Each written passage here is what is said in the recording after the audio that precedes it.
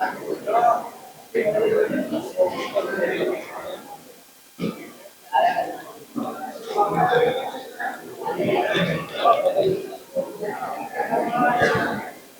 Everyone. Hello दोस्तों, मैं हूँ डॉक्टर लुबना। मैं डिपार्टमेंट ऑफ इंटरवेंशनल रेडियोलॉजी से हूँ। मैं एक सीनियर रेसिडेंट हूँ। तो चलिए, आज हम सब ने सुना है कैंसर के बारे में।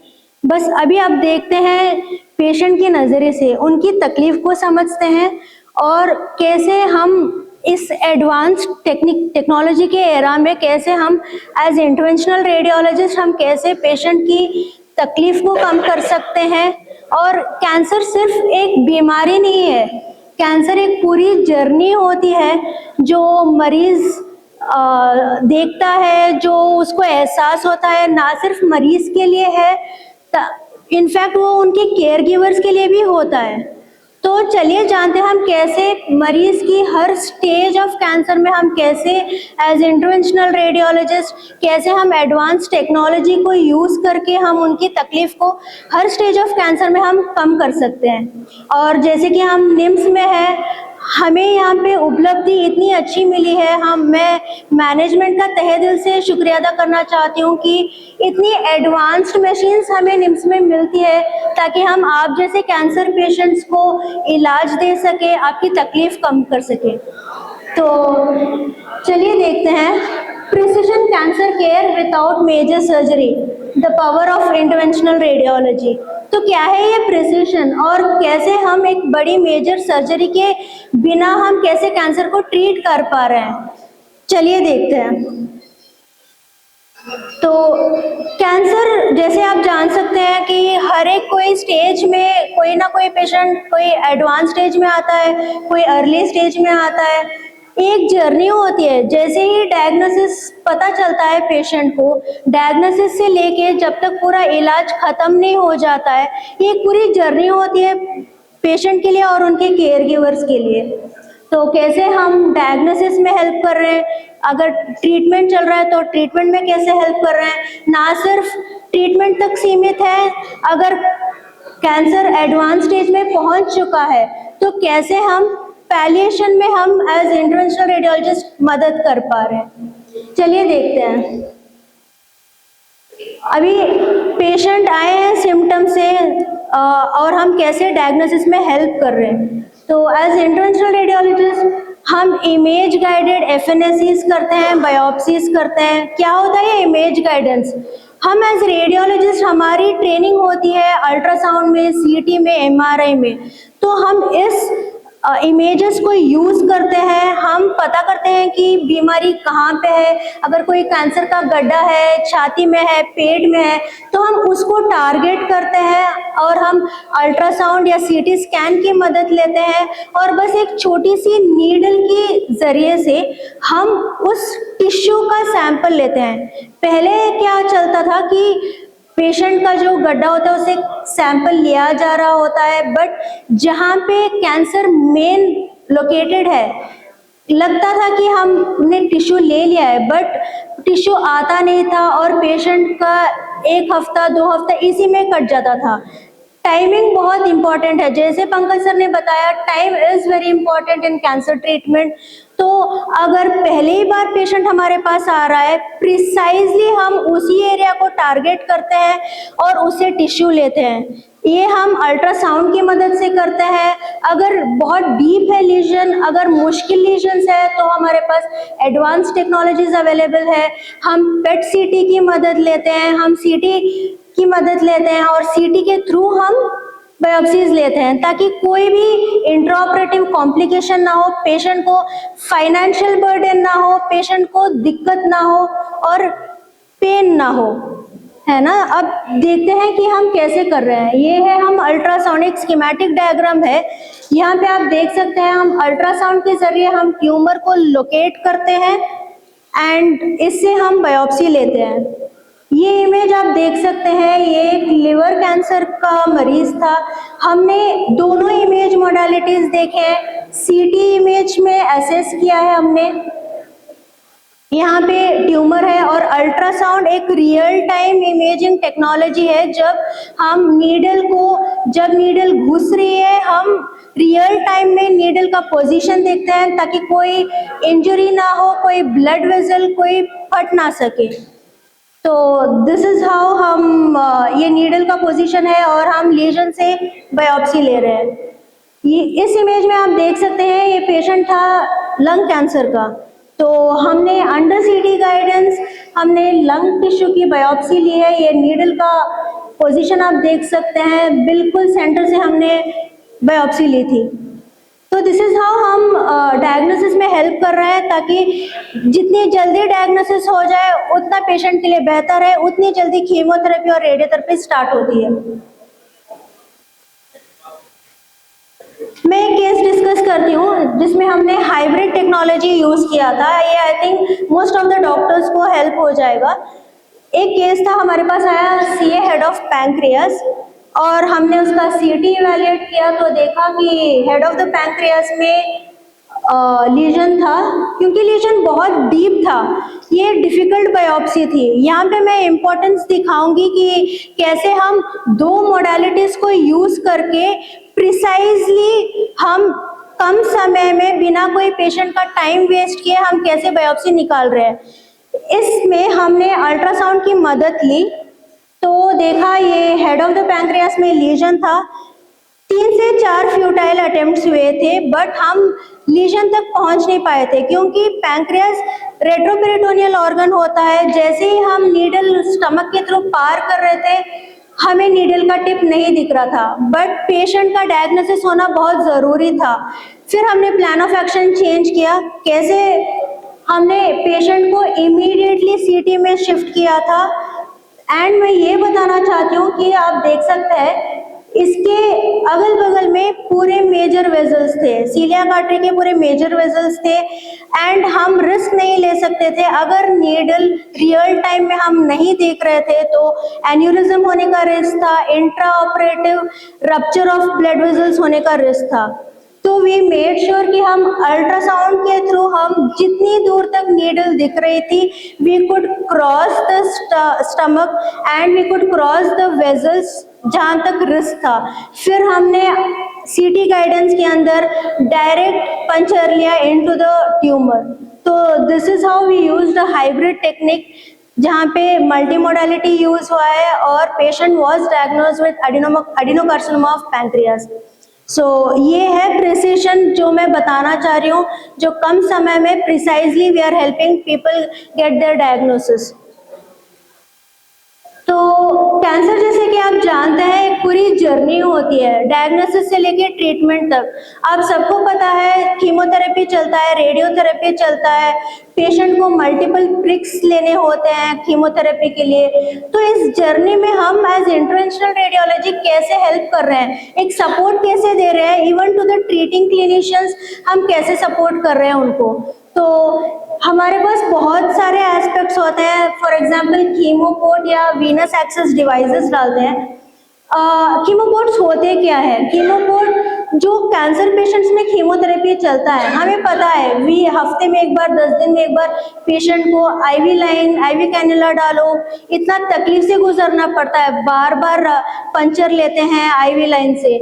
तो इन पेशेंट की तकलीफ को कम करने के लिए रिसर्च से हमें कीमोपोर्ट होता है। कीमोपोर्ट हम छाती में डालते हैं, एक बल्ब की तरह रहता है, ताकि पेशेंट को बार बार आईवी लाइन की जरूरत ना पड़े। हम डायरेक्ट कीमोपोर्ट में पंचर लेते हैं, पेशेंट को कोई दिक्कत नहीं होती है। उसमें कीमोथेरेपी का ड्रग डालते हैं और कीमोथेरेपी का ड्रग उसके थ्रू बॉडी में फैलता है। तो इससे पेशेंट की तकलीफ जो है वो आसान हो जाती है।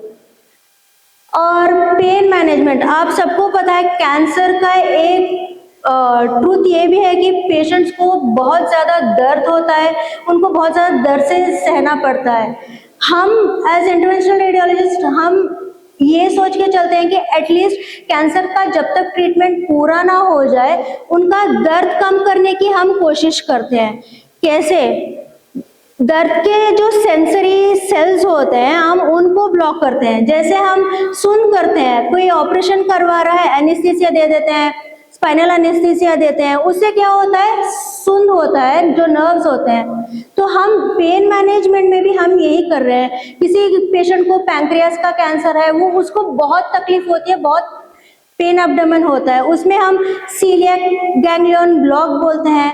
तो ऐसे मल्टीपल ऑप्शंस होते हैं जहाँ पे हम बस सुन का इंजेक्शन देते हैं और पेशेंट को टेम्पररीली रिलीफ मिलता है कैंसर के दर्द से।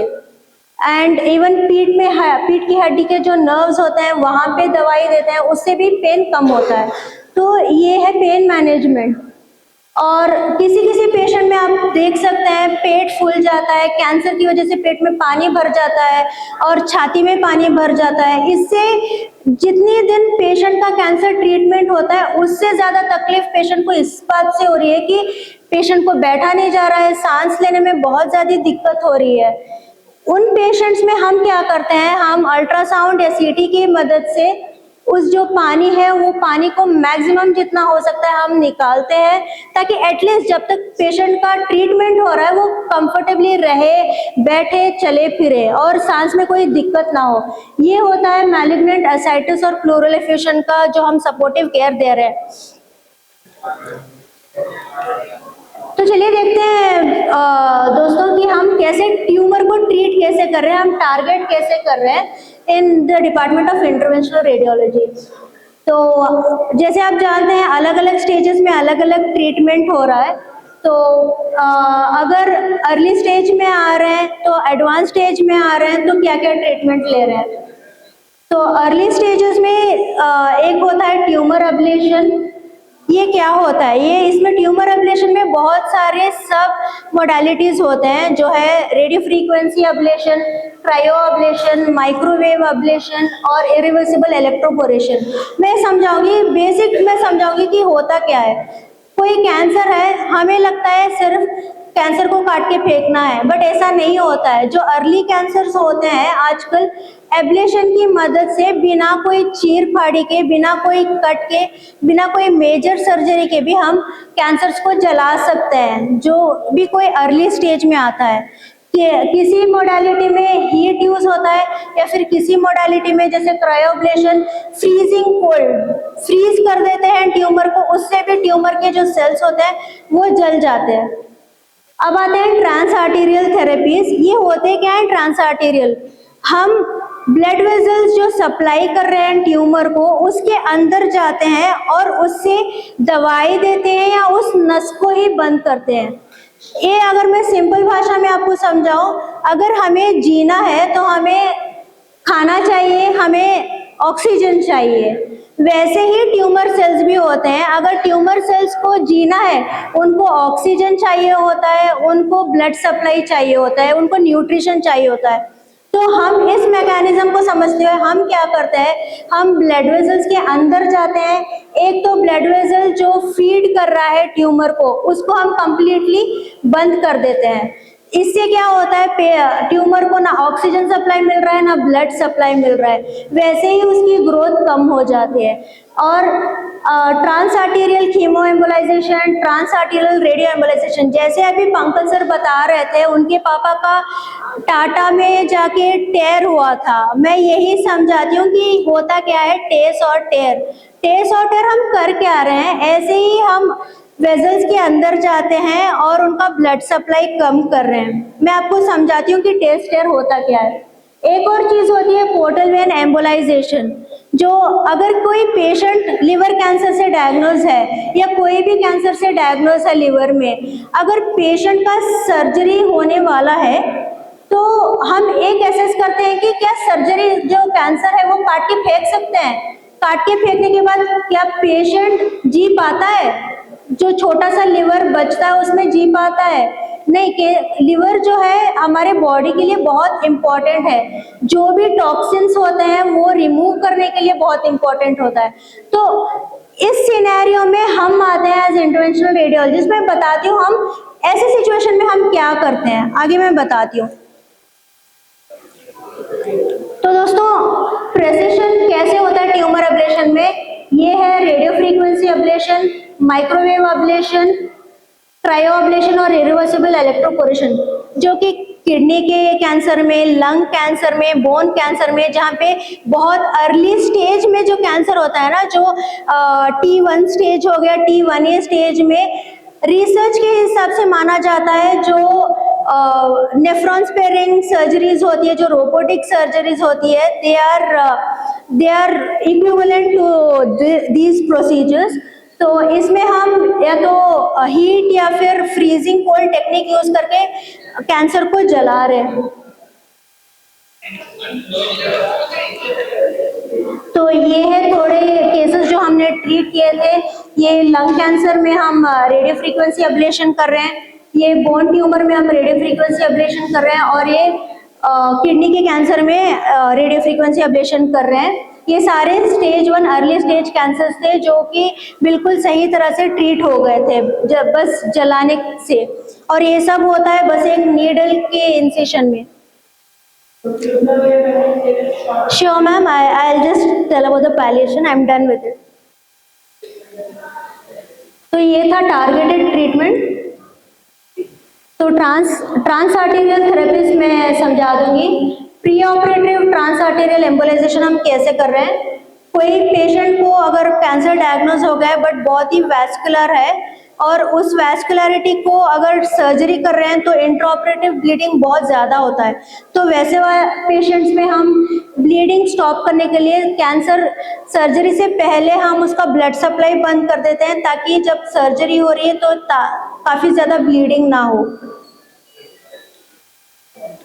ये मैं बता रही थी टेस्ट, जो हम कीमोथेरेपी बॉडी के थ्रू देते हैं, जैसे पंकज सर बता रहे थे हम उनके पापा को रेडियोथेरेपी डायरेक्ट कैंसर पे डाला गया था, ऐसे ही ये टेक्निक होती है। टेस्ट में हम क्या कर रहे हैं, जो कीमोथेरेपी हम आईवी से यूजुअली देते हैं उसमें हम यहाँ पे कीमोथेरेपी डायरेक्ट ट्यूमर के अंदर डाल रहे हैं, और इसी तरह रेडियोथेरेपी भी हम ट्यूमर के डायरेक्ट अंदर डालते हैं ताकि जो बॉडी के साइड इफेक्ट्स होते हैं वो ना हो। अभी मैंने बताया पोर्टल वेन एम्बोलाइजेशन में भी, तो जैसे ही हम एक पोर्टल वेन को ब्लॉक कर देते हैं उससे क्या होता है, जो लिवर होता है 4 हफ्ते में वो रीजनरेट हो जाता है, ताकि अगर सर्जरी किया है हमने तो जो रेसिडुअल लिवर है वो बॉडी का मैकेनिज्म टेक ओवर कर ले। So targeting the supply we control the tumour. चलिए जल्दी से चलते हैं पैलिएशन में हम कैसे हेल्प करते हैं। अगर पित्त का कोई कैंसर है तो हम पित्त को बाहर निकालते हैं, तो उसमें हम पीटीबीडी करते हैं ताकि पित्त का ऑब्स्ट्रक्शन जो पित्त रह रहा है लिवर के अंदर उसको बाहर निकालते हैं। और अगर कोई एडवांस स्टेज में है, पित्त का ऑब्स्ट्रक्शन बहुत ज़्यादा है, तो हम बिलियरी स्टंटिंग करते हैं। अगर जीआईटी ऑब्स्ट्रक्शन, कोई इसोफेगस या पेट का कैंसर है, पेशेंट को खाना नहीं खा पा रहे हैं, तो हम इसोफेगस में स्टंट डाल देते हैं ताकि पेशेंट खा सकें, कोई भी लिक्विड आसानी से नीचे जा सकें, तो ये है इसोफेजियल स्टंटिंग। तो ट्यूमरल ब्लीड, अगर कोई पेशेंट को ओरल ब्लीड हो रहा है, एडवांस स्टेज कैंसर है, रेडियोथेरेपी हो चुकी है, कोई ट्रीटमेंट है नहीं बट मुंह से खून निकल रहा है, तो पेशेंट को सरवाइव कराना बहुत ज़रूरी हो जाता है। उस कंडीशन में हम क्या करते हैं, जो कैंसर के अंदर के जो ब्लड वेसल्स होते हैं उनको जाके हम बंद करके आते हैं ताकि पेशेंट का क्वालिटी ऑफ लाइफ इम्प्रूव हो जाए।